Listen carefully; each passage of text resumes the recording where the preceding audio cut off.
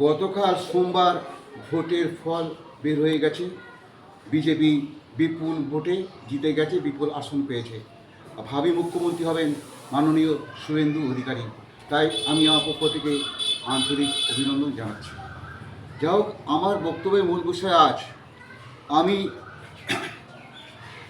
গৌতম বুদ্ধের জন্মদিন অর্থাৎ মে মাসের 1 তারিখ, সেদিন আমি আমার দর্শন দিয়ে একটা মতামত ব্যাখ্যা করেছিলাম। সেদিন কী লিখেছিলাম? ভোটে ভবিষ্যৎ 4-5-2026, এটাকে আজ কেটে দিয়েছি।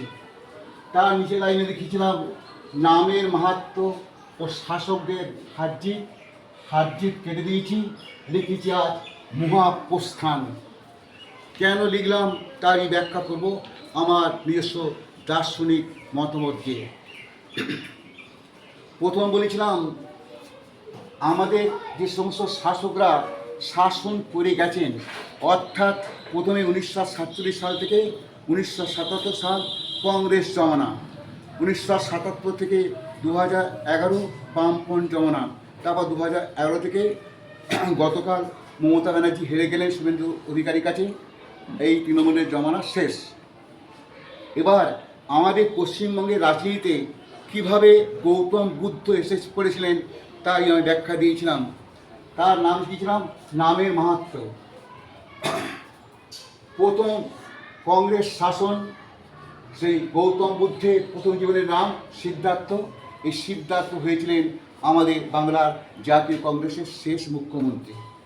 উনি মুখ্যমন্ত্রী পদ পেয়েছিলেন একবার। এরপর গৌতম বুদ্ধের পরবর্তী জীবনের নাম হয়েছিল বুদ্ধদেব, মুখ্যমন্ত্রী হয়েছিলেন দুবারের জন্য। এবারে গৌতম বুদ্ধের হৃদয়ের ভাবাবেগ, স্নেহ, মায়া, মমতা, মুখ্যমন্ত্রী হয়েছিলেন 3 বার, এর বেশি নয়। এটাই আমার দর্শন, সেদিন আমি বলেছিলাম। এবং এও বলেছিলাম আমার ভবিষ্যৎবাণী এটা আমি বলেছিলাম। যাই হোক, আমার দর্শন, আমার বৈজ্ঞানিক ব্যাখ্যা বা বৈজ্ঞানিক দর্শন সব একদম ফলে গেছে। এই জন্যে আমি নিজেকে ধন্য বলে মনে করছি। এই বলে আমি আমার বক্তব্য শেষ করছি।